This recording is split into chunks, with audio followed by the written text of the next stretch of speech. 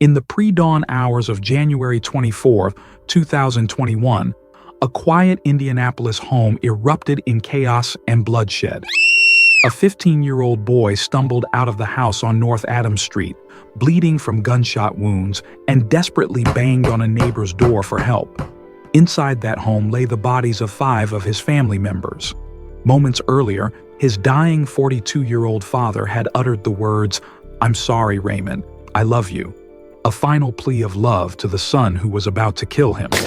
Upstairs, the boy's 13-year-old sister had screamed in terror, "Raymond shot Elijah," identifying their 17-year-old brother as the shooter, just before more gunfire rang out. By daybreak, 6 lives would be lost, including a young mother-to-be and her unborn baby, in what authorities called the worst mass killing Indianapolis had seen in over a decade. Raymond Ronald Lee Childs III was, by outward appearances, a typical 17-year-old boy. He lived with his father, 42-year-old Raymond Childs Jr., his stepmother Kezzie Childs, 42, his older brother Elijah, 18, younger sister Rita, 13, and Elijah's girlfriend Kiara Hawkins, 19, who was nearly 9 months pregnant. Like many teens, Raymond III sometimes chafed under his parents' rules. On the night of January 23, 2021, he had slipped out of the house to spend time with his girlfriend without permission. When his father discovered his absence, he called Raymond's cell phone and ordered him to come home. Raymond III returned home well after midnight and got into an argument with his parents over his defiance of curfew. According to prosecutors, the conflict began as a routine parent-teen dispute that could happen in any household, a battle over staying out too late, but this one ended in the worst mass killing in Indianapolis in more than a decade. You're not my fucking mom. Raymond's father was angry that his son had taken the father's car without permission for this late-night excursion. He told Raymond he was in trouble and that punishment would come the next day. It appears that the prospect of discipline pushed the teen into a deadly rage. Rather than wait to see what his punishment would be, the 17-year-old decided to take matters into his own hands. What happened next was unimaginably brutal.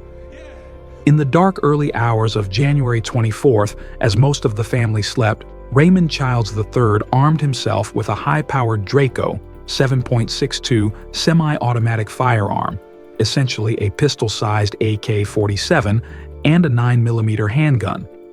The first gunshots shattered the pre-dawn silence sometime around 4 a.m. The 15-year-old brother, who had been asleep, was jolted awake by the sound of 2 sudden bangs. He later told investigators that he heard his father jump out of bed and rush toward the staircase, shouting, "What was that?" into the darkness. In the next instant, a panicked cry rang out from young Rita's bedroom. "Raymond shot Elijah." 18-year-old Elijah Childs, Raymond's older brother, had just been gunned down. Before anyone could react further, another shot echoed. In that fleeting moment, the boy's father, Raymond Jr., managed to speak his final words to his eldest son. His voice was filled not with anger, but with sorrow and love. "I'm sorry, Raymond. I love you." It was the last thing the 15-year-old heard his father say before he too was silenced by gunfire. He shot his father and stepmother at the foot of the stairs, cutting down both parents. He turned the Draco's barrel on his little sister, 13-year-old Rita, and shot her next, ending her life almost as soon as she had screamed out Elijah's name. Elijah's girlfriend, Kiara Hawkins, tried to flee or hide. She was 9 months pregnant, just days from her due date. But Raymond showed no mercy. He shot Kiara as well, grievously wounding the young woman and the nearly full-term baby boy she carried. Within minutes, 5 members of the Childs family lay fatally wounded. Only Raymond's 15-year-old younger brother, who had briefly managed to stay out of sight, was still alive in the house. As the gunfire ceased, Xavier Childs realized he might be the only one left. Despite his fear, he knew he had to escape. Xavier crept toward the front door, but his older brother was not finished. Raymond III spotted his youngest sibling trying to get away and pursued him aggressively. Outside on the front porch, under the cold winter sky, Raymond cornered Xavier at gunpoint, In sheer terror, the 15-year-old dropped to his knees and begged for his life. Sobbing and bleeding, he even reached into his pocket and offered all the money he had. "I can give you $40. I won't say nothing. Please don't kill me." The desperate bribe fell on deaf ears. Raymond III looked his little brother in the eyes silently, showing no pity. Then he raised the gun and shot him point blank, hitting Xavier in the leg. As Xavier collapsed in pain, his brother fired again, the second bullet tearing into the boy's arm. Believing he had eliminated every witness to his crime, Raymond III left his brother bleeding on the ground and walked away into the night. Miraculously, Xavier was still alive. Though badly wounded, the teenager's will to survive kicked in. He mustered the strength to drag himself to a neighboring house, leaving a trail of blood in the snow. It was there, pounding on a neighbor's door and crying for help, that police officers found him shortly after 4 a.m. "He shot them all," the boy gasped to the first officers who arrived. When the responders asked who had shot them, the gravely injured teen identified the shooter by name: Raymond Childs, his own brother. Indianapolis Metropolitan Police Department, IMPD, units raced to the Childs family home in the 3500 block of North Adams Street, guided by Xavier's information. Nothing could have prepared the officers for the carnage inside. As they swept through the residence, they found bodies scattered about the whole of the home. In total, 5 victims were found deceased at the scene, and a 6th victim, Kiara Hawkins, was found barely clinging to life despite her critical wounds. Kiara Hawkins was rushed to a hospital, but tragically neither she nor her baby could be saved. This brought the death toll to 6. IMPD Chief Randall Taylor would later note that this was the largest mass casualty shooting in the city in more than a decade. The shock to the community was immense. An entire family, spanning 3 generations, including the unborn child, had been wiped out in minutes over a trivial argument about a teenager's curfew. The sole survivor, 15-year-old Xavier, had lost both parents, 2 siblings, a sister-in-law figure, and an unborn nephew in one night. Chief Taylor urged the Indianapolis community to rally around the surviving boy, as he must come to terms with unimaginable loss. Investigators at the scene recovered a 9mm pistol believed to be one of the murder weapons. Ballistic evidence indicated that 2 firearms had been used in the killings. Not only was the handgun fired, but so was the Draco 7.62 semi-automatic firearm Raymond had used, a weapon that was not left at the scene. It appeared the killer had fled with the Draco still in his possession. Police immediately began a citywide manhunt for Raymond Childs III, who was nowhere to be found at the crime scene.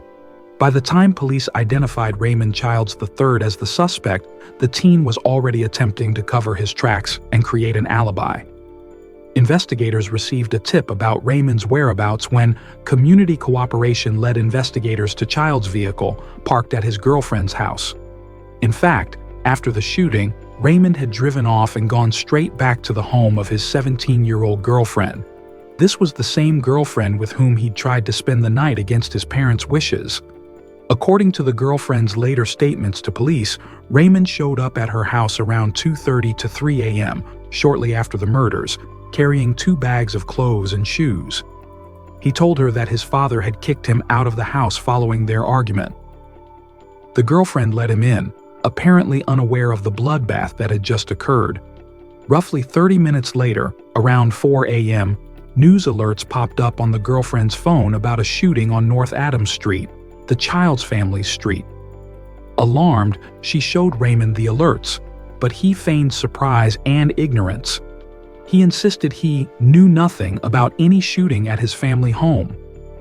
As morning broke on January 24th and sirens converged on his neighborhood, Raymond decided to return to the scene, perhaps to see what the police knew. He and his girlfriend drove back to the Adams Street house later that morning. By then, the authorities were swarming the area. At this point, Raymond put on a performance of shock and grief. His girlfriend later recounted that he appeared nervous and then suddenly began crying, acting hysterical, essentially acting like a clown in her words, upon seeing the police at his home. He played the role of the distraught son who had just discovered his family murdered, attempting to deflect any suspicion that he was, in fact, the murderer. But Raymond's charade did not last long. Thanks to Xavier's identification of his brother as the shooter, police already had an all-points bulletin out for Raymond Childs III. As officers canvassed the area, they learned from relatives that Raymond might be headed to or hiding with extended family. Indeed, after briefly stopping at the crime scene, Raymond went to a relative's residence in the nearby suburb of Plainfield. His extended family there was already aware something terrible had happened. At some point soon after his arrival, family members confronted Raymond and managed to take away his gun. In an extraordinary act of integrity, Raymond's own relatives secured the suspected murder weapon and handed it over to law enforcement within hours of the killings. This weapon was presumably the Draco 7.62 firearm, since the 9mm pistol had been left at the house. Later that same day, just one day after the massacre, police moved in and arrested Raymond Childs III at the Plainfield relative's home without incident. The 17-year-old suspect was taken into custody, ending the brief manhunt. In initial interviews, Raymond reportedly tried to cast blame elsewhere. He told some family members that some people from the next block must have broken in and murdered his family, but investigators were not fooled. They had a surviving eyewitness, physical evidence linking Raymond to the crime, and even Raymond's own bizarre behavior working against him. On January 28, 2021, just 4 days after the killings, the Marion County prosecutor formally charged Raymond Ronald Lee Childs III with 6 counts of murder, 1 count of attempted murder for shooting Xavier, and 1 count of carrying a handgun without a license. Although he was only 17, Indiana law allowed the teen to be charged as an adult given the severity of his crimes. At 17, he was too young to face the death penalty, but he now stood to spend the rest of his life in prison if convicted. The tragedy had swiftly shifted into the arena of justice, and the case against Raymond Childs III appeared overwhelming. Still, the legal process would take time, and not a little drama before reaching its conclusion. For over 3 years, Raymond Childs III awaited trial while the case slowly wound through the court system. The evidence against him was strong, and in October 2022, he even gave a recorded rap performance from jail bragging about shooting and killing with guns. I don't give a fuck, man, they know what it is. They know I'm on fire and hot like a pepper. Pressure bust price, I'm applying that pressure. A chilling incident noted by prosecutors as relevant to his case. His defense attorneys, meanwhile, maintained his plea of not guilty and prepared to challenge the prosecution's narrative. The first trial finally began in the summer of 2024 in a Marion County courtroom. By then, Raymond was 20 years old, appearing before a jury on charges of annihilating his own family. The prosecution's case included ballistic forensics, the testimony of surviving brother Xavier, now 18 and the key eyewitness, statements from Raymond's girlfriend and other relatives, and a detailed probable cause affidavit recounting the horrific sequence of events. Emotions ran high as family members and friends of the victims packed the courtroom. Even some of Raymond's own relatives attended, struggling to comprehend how a member of their family could commit such an atrocity. Midway through that first trial, an explosive courtroom incident derailed the proceedings. Raymond's cousin, Alonso Valles, was called to testify for the prosecution. Valles had been close to Raymond and had even helped him in the immediate aftermath of the murders, not realizing what Raymond had done. He recounted how in the early morning hours of January 24, 2021, just after the killings, he had picked Raymond up and driven him around Indianapolis to give him a place to cool off. Raymond ended up at Valles' home in Plainfield, the same house where he'd later be arrested. Valles testified that during that time, Raymond covered his eyes and wept while lying on a bed at Valles' house. This suggested that, at least in private, Raymond showed some emotional breakdown after killing his family, although whether it was remorse, shock, or self-pity was unclear. Then came the moment that would stop the trial in its tracks. As he recounted those memories on the witness stand, Alonso Velez suddenly broke from his testimony and addressed Raymond directly in open court. Turning to face his cousin, the accused, Velez blurted out, "Y'all remember that?" The courtroom fell silent, and before the attorneys or judge could intervene, Velez continued with an anguished demand. "Why did you do it, Raymond?" Gasps were heard around the courtroom. This was a direct confrontation from a witness to the defendant in front of the jury, and it was highly improper during a trial. Pandemonium briefly erupted as prosecutors and defense counsel alike jumped up, and the judge urgently instructed the jury to disregard the outburst. The damage, however, was done. The defense immediately moved for a mistrial, arguing that the cousin's emotional question, essentially asking Raymond to confess or explain himself in front of the jury, had irreparably prejudiced the proceedings. Judge Chris Miller was left with little choice. After ushering the shaken jurors out and questioning each one individually about the incident, the judge lamented that he was firmly convinced that Mr. Childs cannot get a fair trial under these circumstances. On July 23, 2024, Judge Miller declared a mistrial, abruptly ending the first attempt at bringing Raymond Childs III to justice. It was a bitter setback for the victim's family members, who would now have to endure the pain of a second trial. But they understood that the integrity of the judicial process had to be maintained. The court scheduled a new trial for the fall of 2024, determined that this time nothing would derail the quest for justice. The retrial of Raymond Childs III commenced in October 2024 under careful guidelines to prevent any further disruptions. This time, the prosecution and witnesses stuck strictly to the script of evidence. The heart-wrenching testimony of Xavier Childs, the sole surviving brother, provided a narrative spine for the case. Jurors were shown the physical evidence, the recovered 9mm handgun, the ballistics match to the Draco firearm, and crime scene photos illustrating the carnage in each room. The prosecution painted a picture of Raymond Childs III as a family annihilator who acted out of teenage rage and entitlement. The defense, for its part, tried to cast doubt on whether Raymond was truly the shooter. They pointed out the lack of any video or DNA evidence directly tying him to the trigger, suggesting the possibility, however remote, that an unknown assailant could have committed the murders. They emphasized that Raymond had no prior violent criminal history. The defense also noted that he was only 17 at the time, implicitly arguing that perhaps a moment of adolescent anger had spiraled out of control without premeditation. However, these arguments found little traction. The sheer weight of evidence and the testimony of Xavier, whose survivor's account was both harrowing and unwavering, left little room for reasonable doubt. The jury knew that Xavier had identified his brother as the killer immediately after the crime, when the boy was in extreme pain but lucid enough to say, "He shot them all." That kind of spontaneous identification is powerful. Moreover, Raymond's behavior following the murders, fleeing the scene, lying about it, pretending to grieve, hiding the weapon, looked exactly like consciousness of guilt, not the actions of an innocent person shocked by someone else's violence. After a 5-day trial, on October 25, 2024, the case went to the jury. It didn't take long. In less than 3 hours of deliberation, the jury returned with a verdict of guilty on all counts.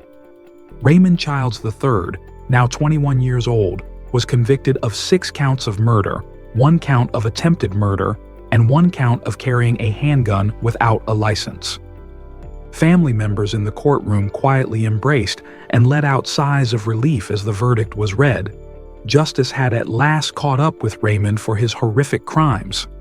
This conviction came several months after the first hearing of his case was ruled a mistrial, as the press noted, but ultimately the system prevailed.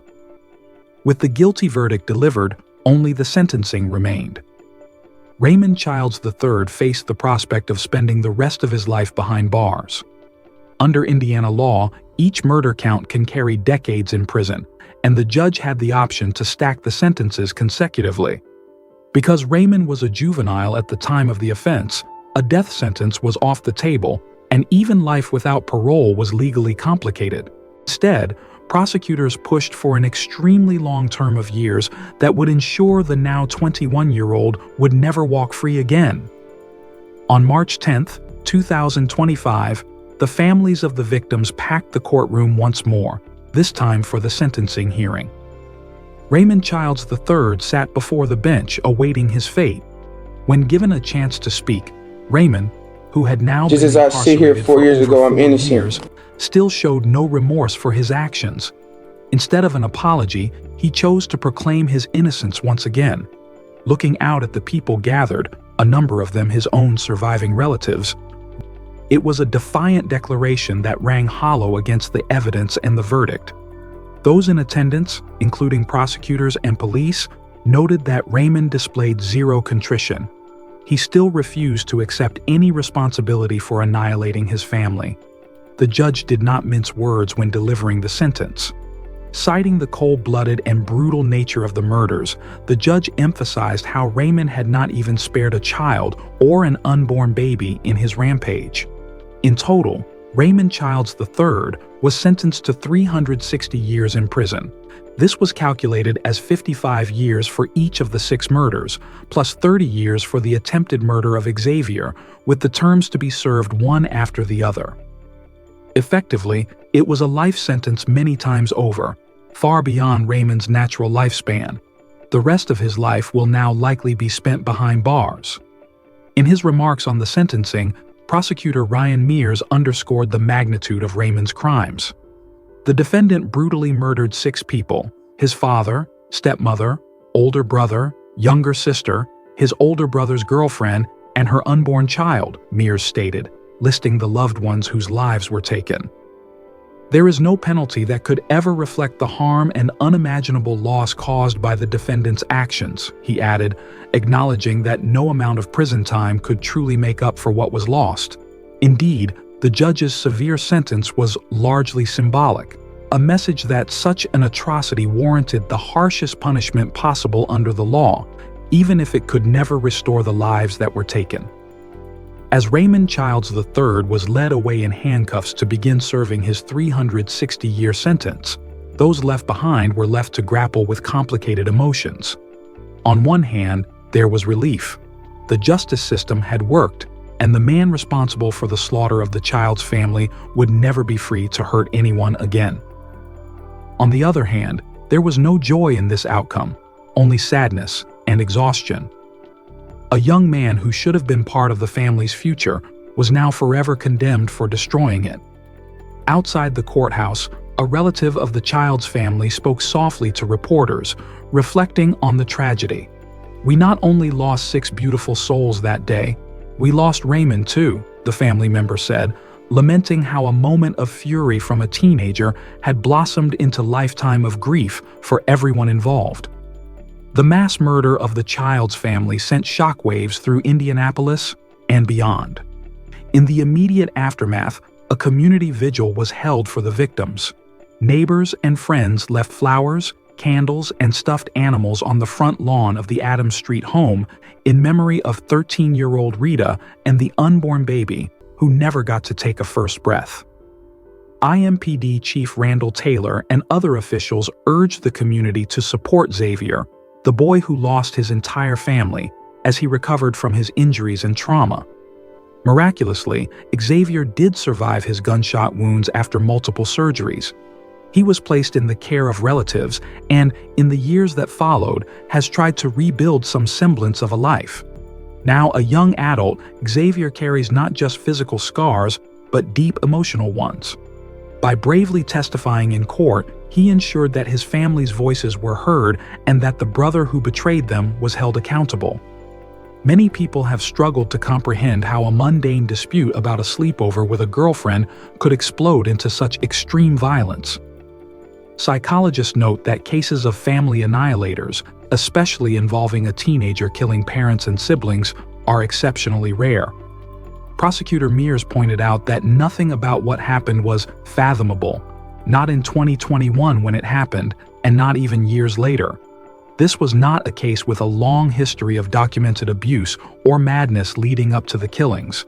It was, by all accounts, an ordinary family argument that, in a split second, crossed a line into monstrous brutality. Raymond Childs III's youth, 17, did not excuse his actions, but it highlighted the shocking reality that someone so young could destroy so much over something so trivial as a house rule. As the Fatal Family Network and other observers recount this story, the focus remains on the victims and the survivor. 6 beloved family members lost their lives at the hands of one of their own. A father who tried to discipline his son, a stepmother who treated Raymond like her own, a big brother who just wanted to hang out with friends, a little sister who adored her siblings, a young woman excited to become a mother, and a baby who would never be born. All were brutally taken in minutes. The case of Raymond Childs III stands as a grim reminder of how a moment of unchecked anger and access to guns can destroy an entire family in the blink of an eye. Even the judge who handed down the sentence acknowledged that there is no true closure in a case like this. Raymond will live out his days in prison, likely behind bars for the rest of his life. But the survivors will live out their days with grief and trauma. The Childs family massacre remains one of Indianapolis's darkest chapters. It is a story of a family that should have been safe in their own home, torn apart from within by one of their own. And it is a story of a community that came together, from the police and prosecutors to brave witnesses like Xavier and even relatives of the killer, to ensure that unspeakable tragedy was answered with justice.